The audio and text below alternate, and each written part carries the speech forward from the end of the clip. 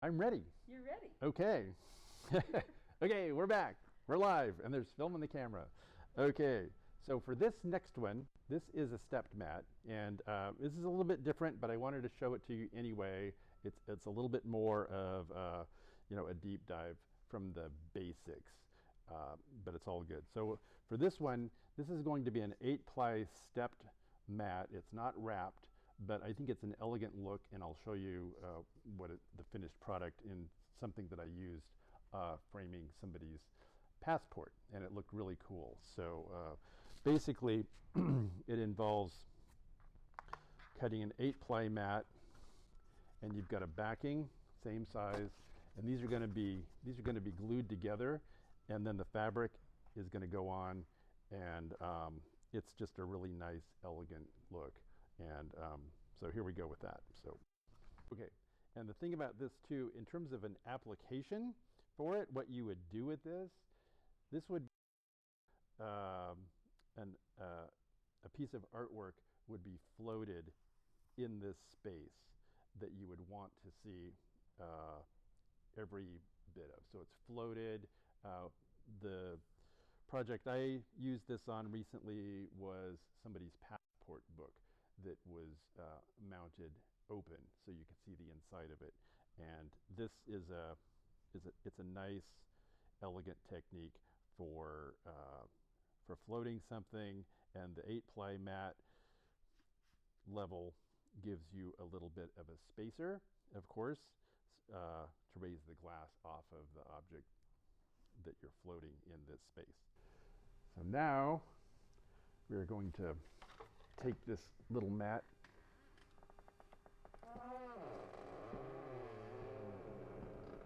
out of our press. I'll take this out and you can see, you can see what we've got here. Can you see that? How nice this looks right here. And all we need to do is to trim off the extra around the sides, and then I can see one place where it might need to be finessed in a little bit, right here. Okay, so as you can see, we have this really nice stepped mat, and the corners are really nice from our nice glue. I do see a couple places where we need to finesse it a little bit, right here and right here. I don't know if you can see, there's a little bump right there.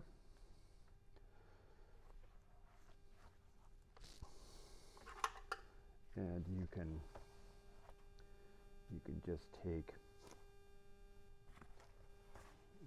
your burnishing bone and work that a little bit.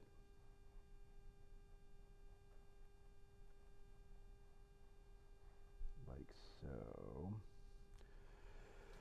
You can also take your tack. One thing about these tacking irons is make sure they're clean on the back, because they do get some glue residue on them. And this has a tiny bit.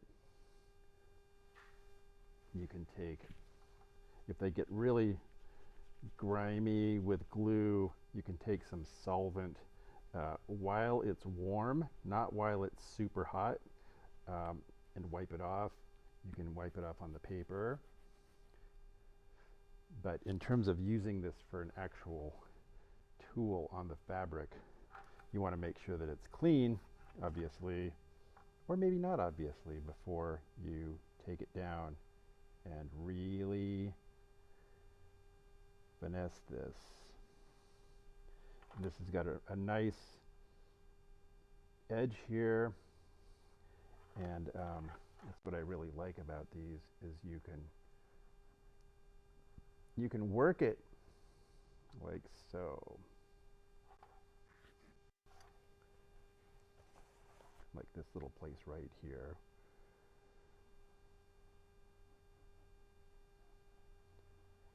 One thing you can also do, if you're working on a delicate fabric,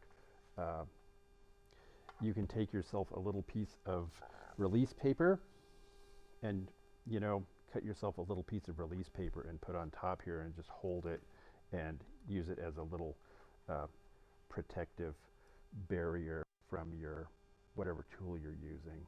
And anyway, that is, as they say, that. And the only thing left to do is to trim off the backing, or trim off the extra fabric. And then, as I said, this is great for floating a piece of artwork, a thin piece of artwork, like something that's on paper, where you would want to see the entire surface. And this is just a really nice, elegant way to do it. Just a little bit different than the basic fabric wrapping.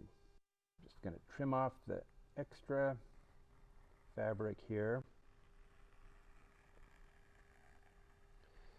And I like to use these single edge razor blades. And then you can basically just use the edge of your mat. You don't need a straight edge or anything, because this is a good 3/16 of an inch thick anyway. So as long as your blade is sharp, it's a-okay. There we go.